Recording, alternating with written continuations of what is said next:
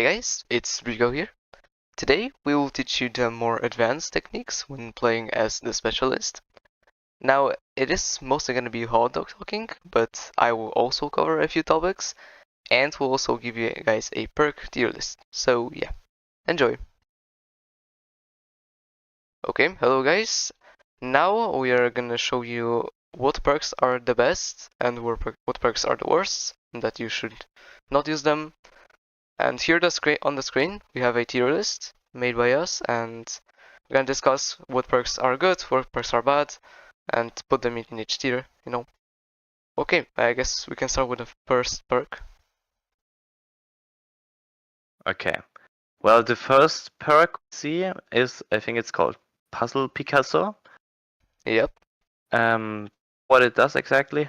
So it allows the specialists to make more mistakes when doing that puzzle, and the monster will not hear them. I guess it's like I want it B because sometimes I also fail these puzzles. It's also kind of useless, you know. So I would say C maybe. What would you say? I think I'll put it in D, honestly. Okay. Yeah.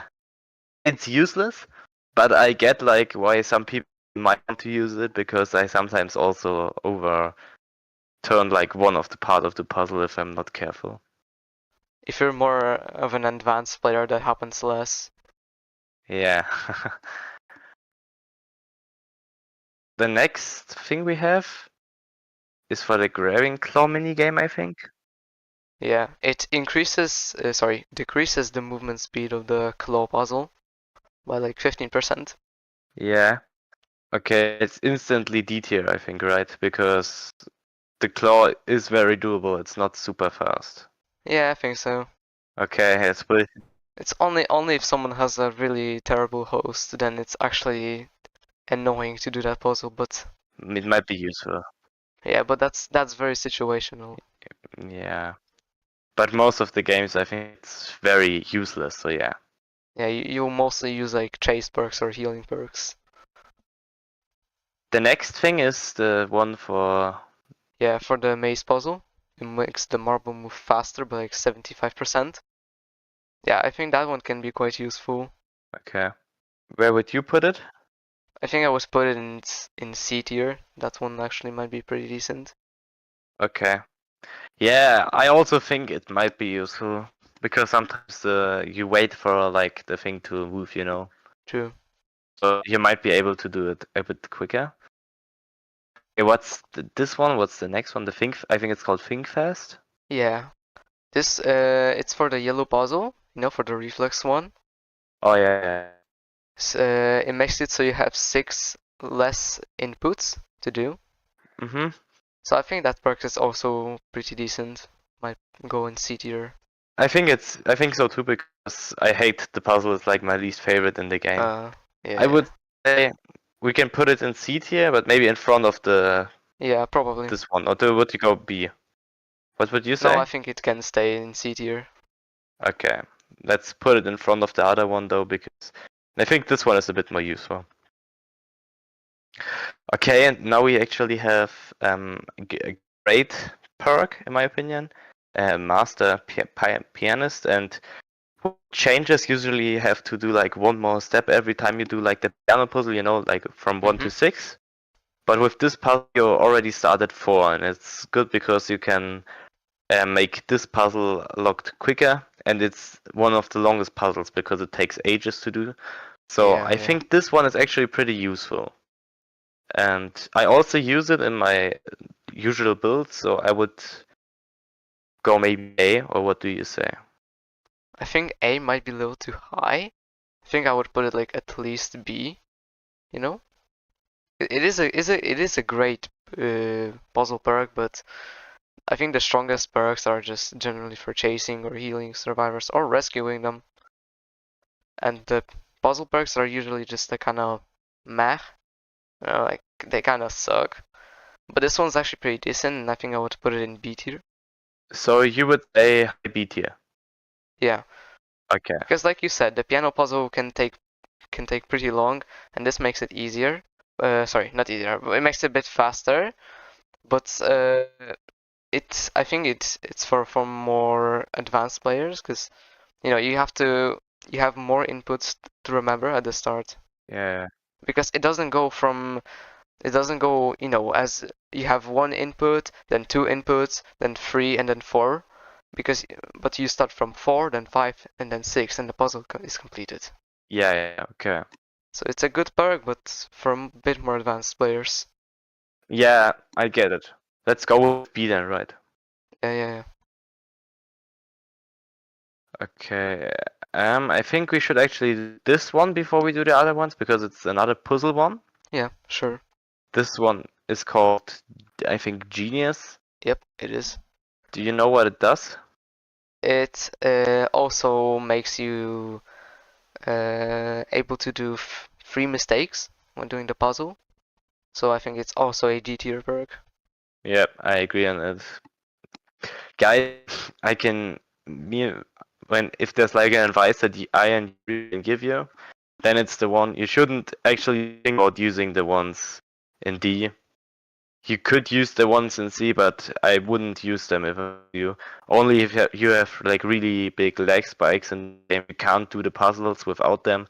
They might want to use them, but if I would be you, I would go for B tier or above, right? Exactly. And now there come a lot of good perks. So yeah, the next perk, Rico, do you want to explain what it does? Now, this perk is called the punching bag. It is a perk that pretty much gives you an extra health state, and the best part about it is it can recharge every 30 seconds. So if you are being chased by a monster, he hits you once and you use your punching bag, then if you loop him for long enough for the punching bag to recharge, you'll tank another hit and don't actually take damage. So this is a really great perk. I would put it in S tier, honestly. It's one of the best. Yeah.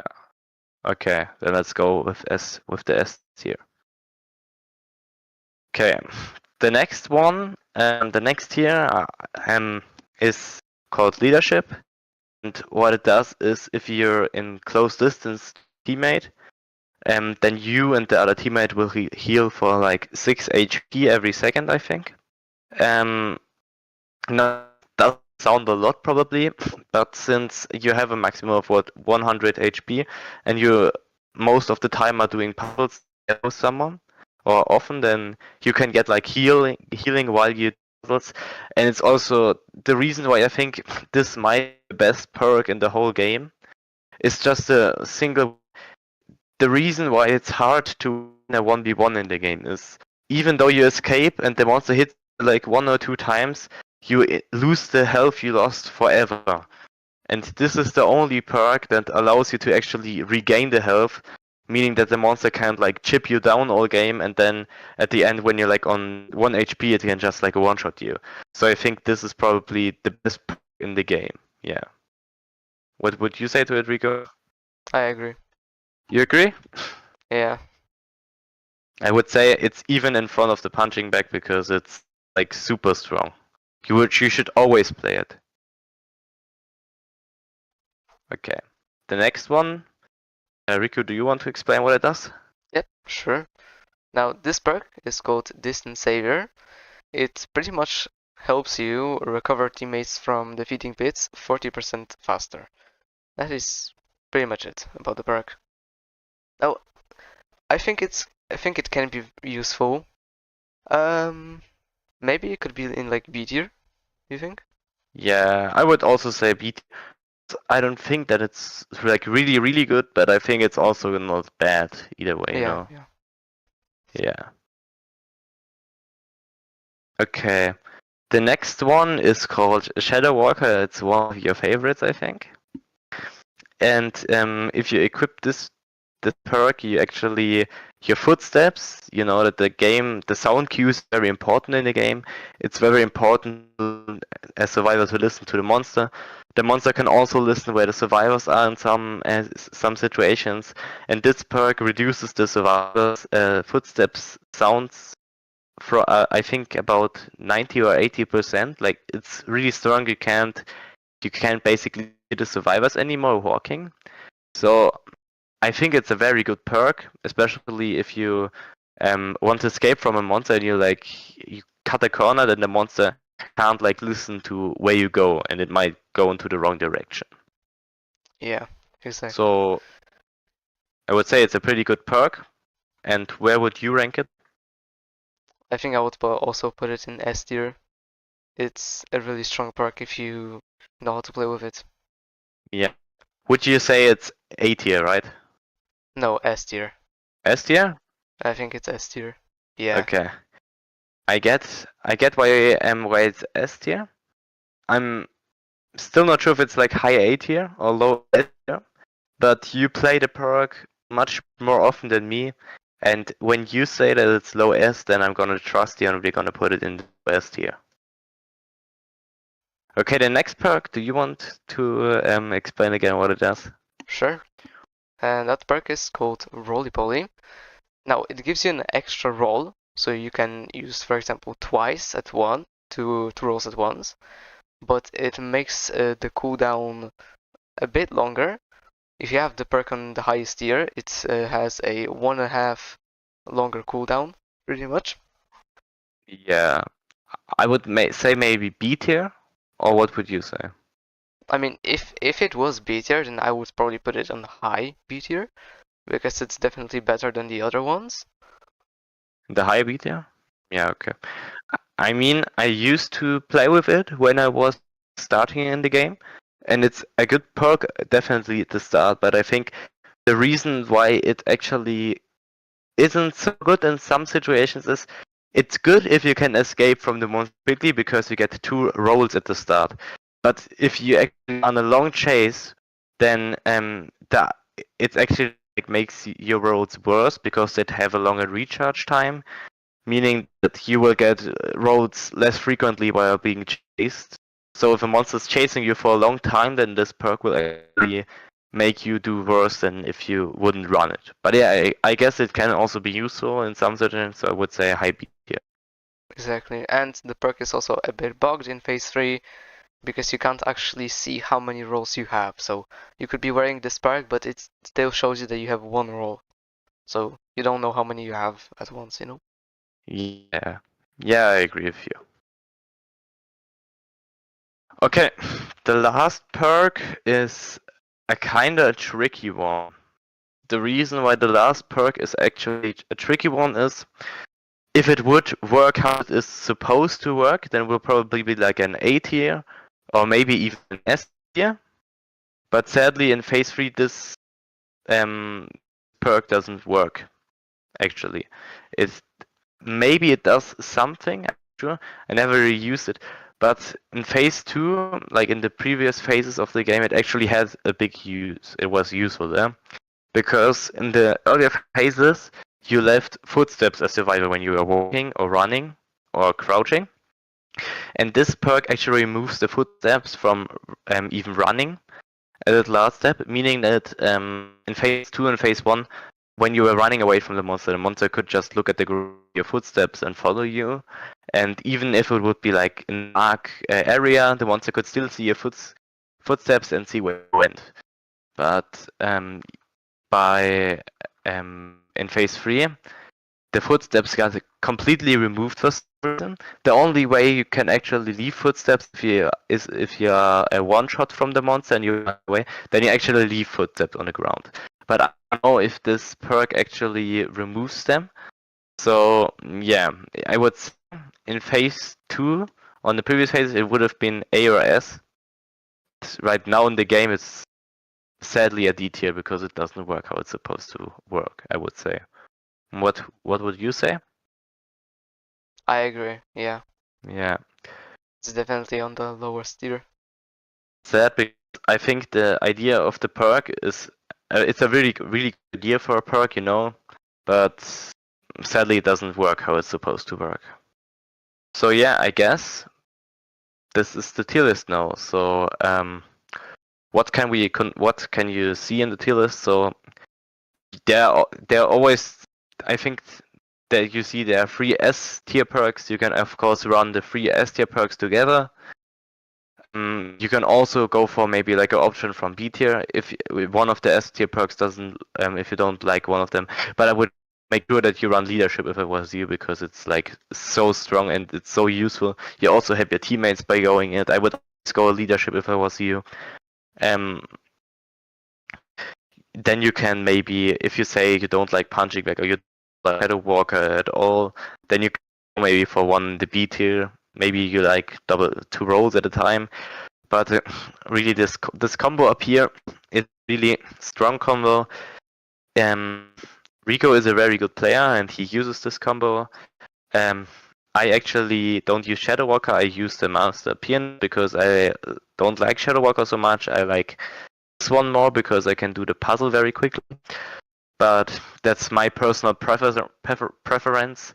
And yeah, so if you have a personal preference too, and you say, okay, I want to save survivors quickly, I want to have more rolls, you can go for one of them, but to make sure to always run leadership. Yeah.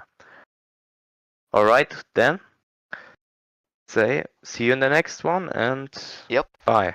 Goodbye. Now, the first thing I am gonna talk about is b-hopping and what it is, also known as Nice's favorite thing to do. Now, b-hop in short means bunny hop.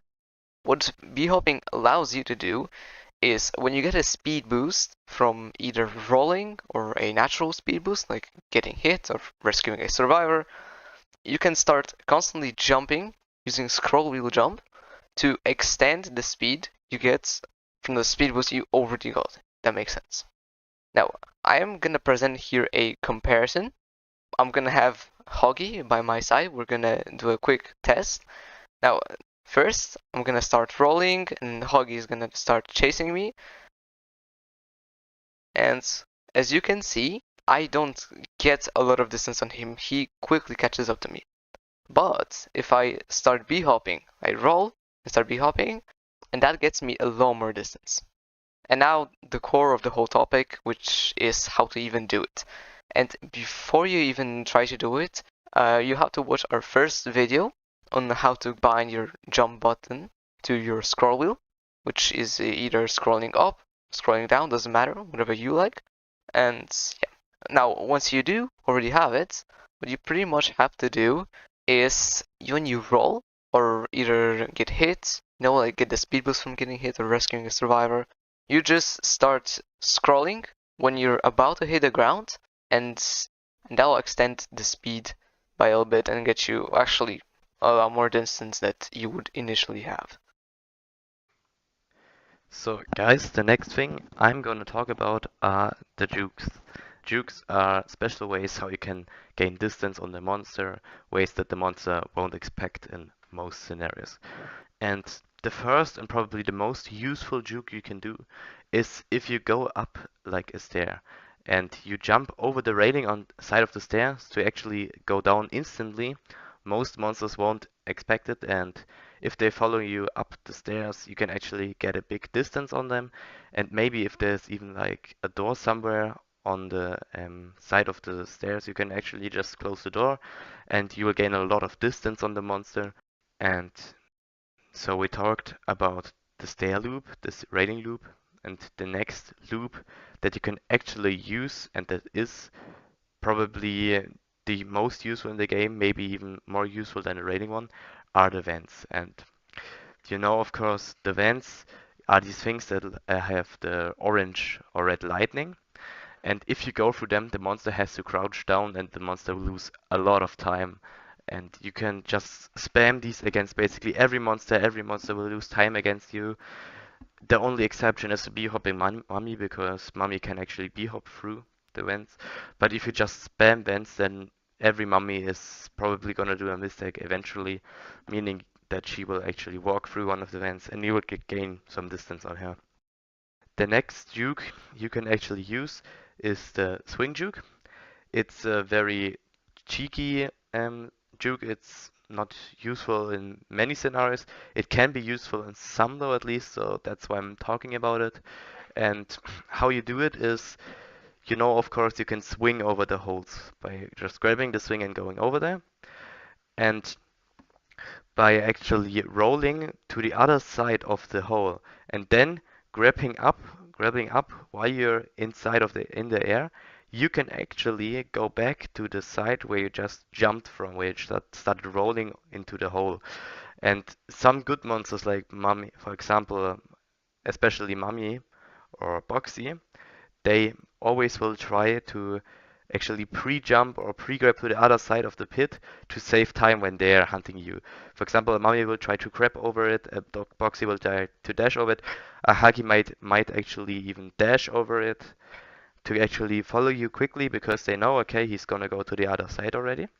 But if you do this trick, then you can actually go back to the side you were before, meaning that they actually go to the other side and lose a lot of time because they have to turn around and then go back to you. And the last juke is the doors juke.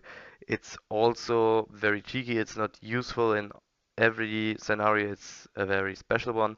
The juke you can do with those is good monsters like sometimes Mummy, mostly Boxy. They will actually try to dash through the doors or to go under them when you close them so you can actually follow you there and won't be stopped by the door.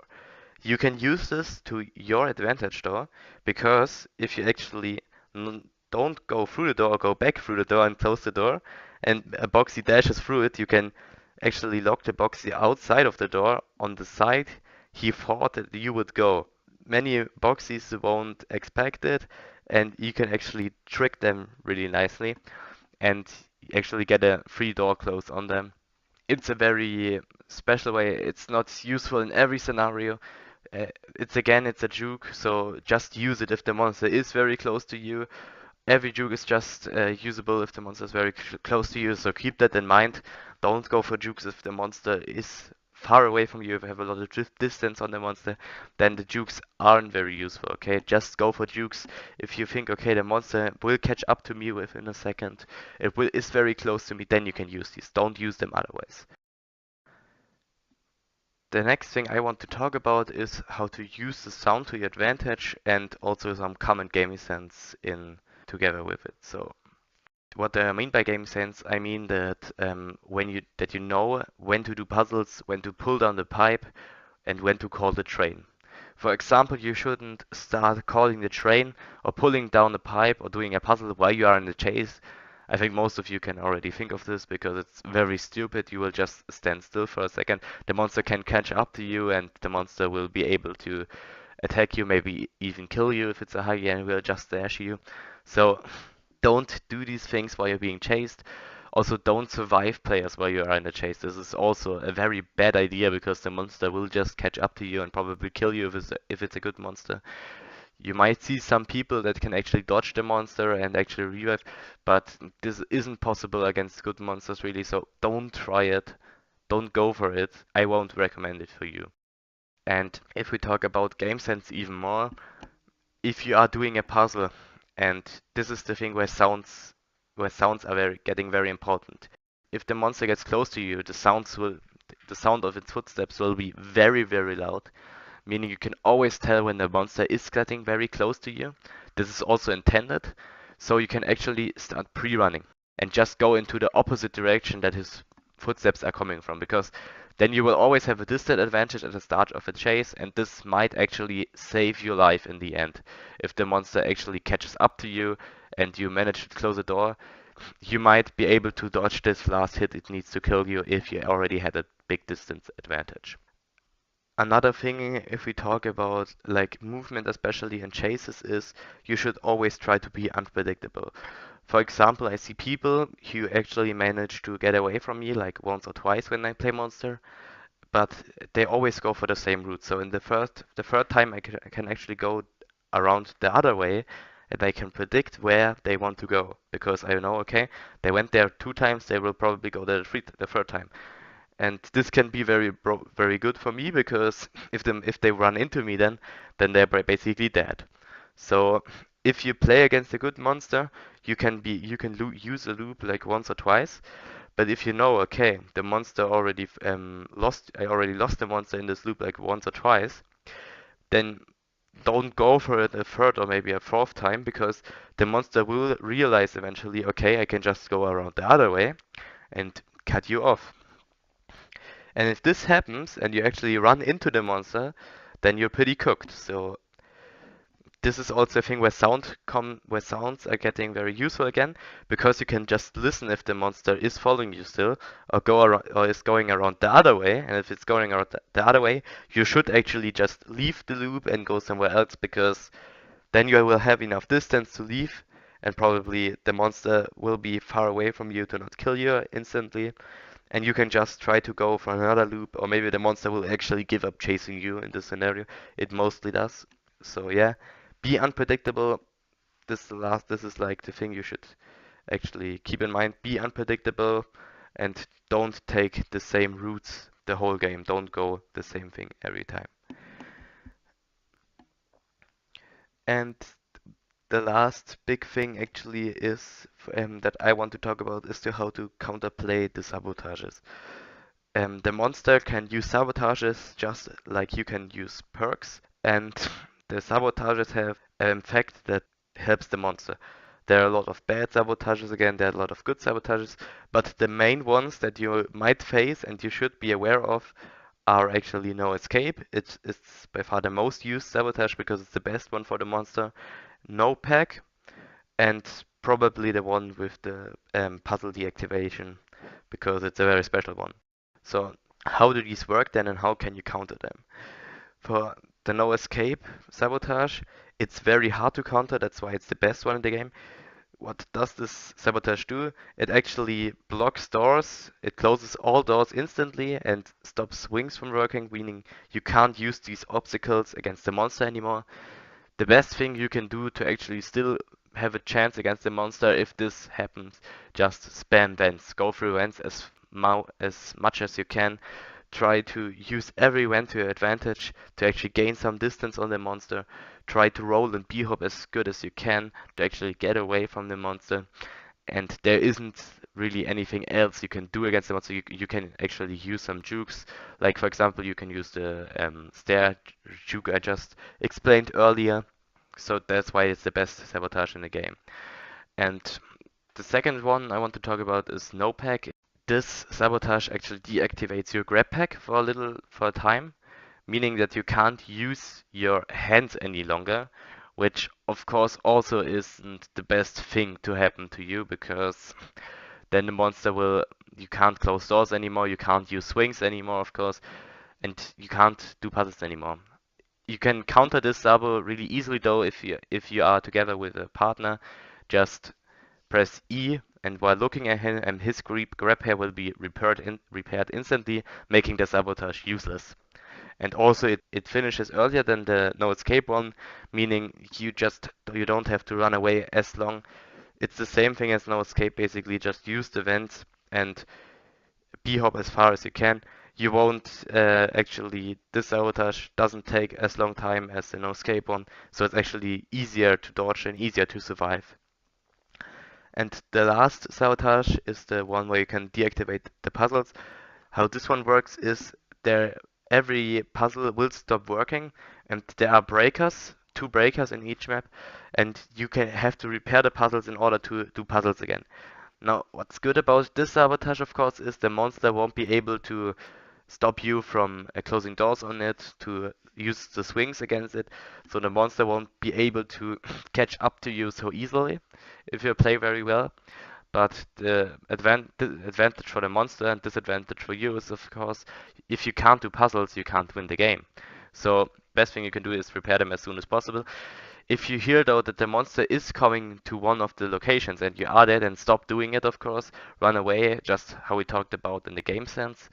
And there are always two repair breakers. The breakers will be there will be a notification where the breakers are if the sabotage happens, so I don't have to explain it where they are on every map. You will find them, and just put one of your hands onto the thing you can see, and just keep the hand on it, and it will repair the thing. And after a bit of time, the breakers will be repaired. You can do puzzles again, and the sabotage has a long cooldown to actually make it possible for you to actually do puzzles and not just be repairing all the time. And the last thing I'm gonna talk about is how to counter every monster. And before I get into each and every monster, I would like to talk about a general counter for every monster, which is called Prerunning.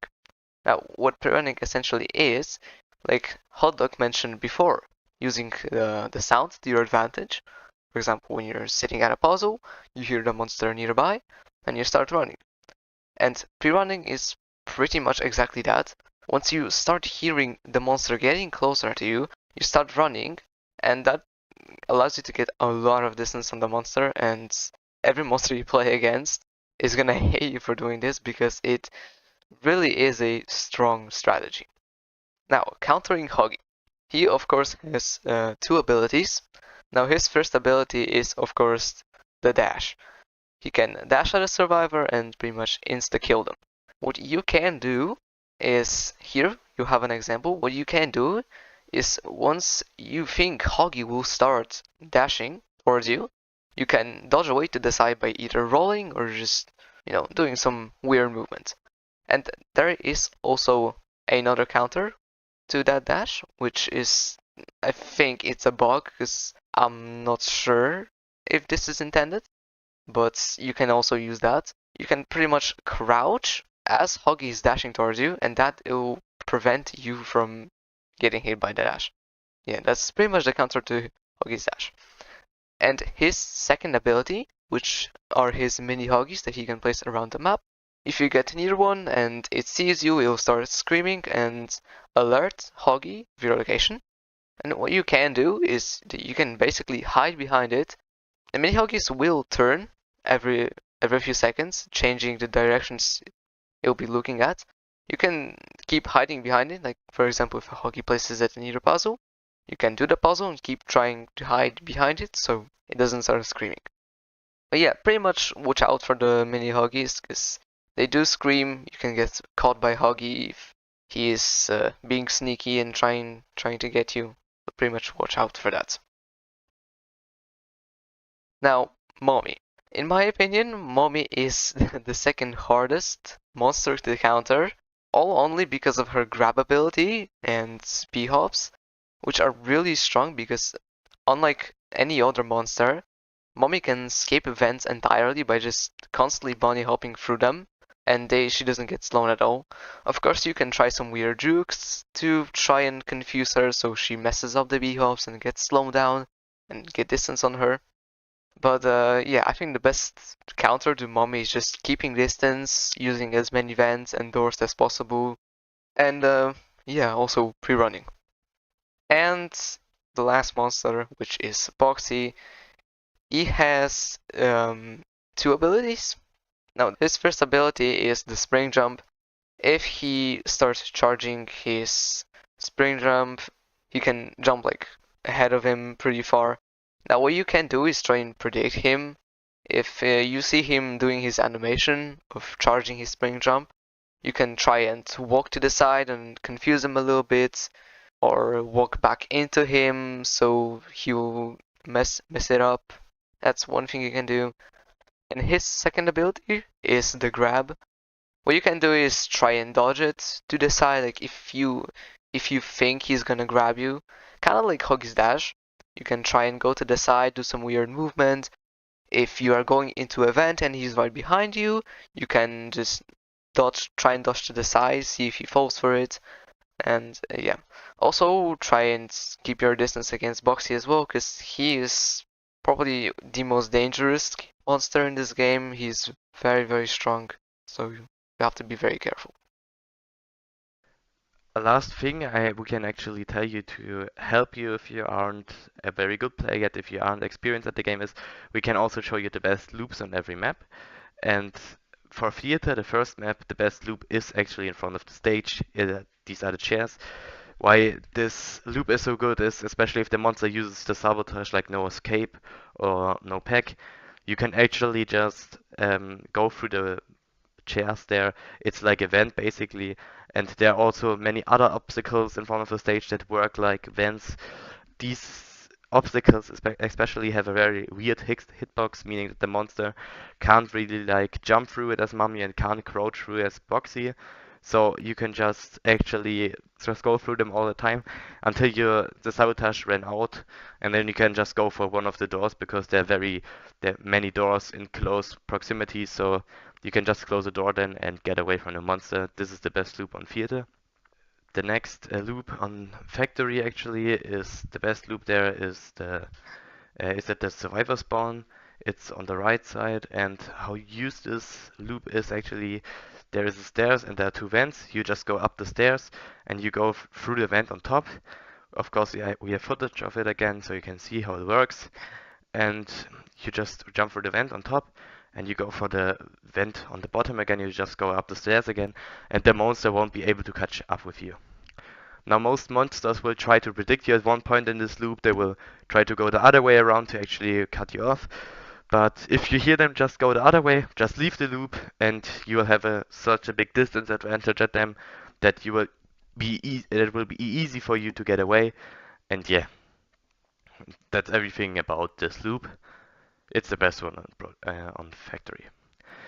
On the story, I thought the best loop is actually the hallway, the double door hallway, how I used to call it. And how you use this one is two doors in the hallway, meaning that the monster won't be able to get into the hallway very easily, especially against Huggy. It's very good. If the monster uses sabotage, there is a vent how you can go into the hallway. You can just go through the vent. The monster has to follow you through the vent because there is no other way how to get inside as Huggy. There is a way how to get in with Boxy or Mummy. They can go in from the side, but they have to work around a very long way to actually go there. So by the time they can go up there, you are already away from them again, and maybe you can actually use the door to actually close them in the side of the hallway. So this is the best way you can do it on Destroy Tile. You can really abuse this thing. It's very hard to catch you there. And if you hear the monster trying to predict you again going the other way, you know if just leave the loop and go somewhere else, you will have enough distance on the monster. And yeah, the monster will be very mad because it can't do anything against you.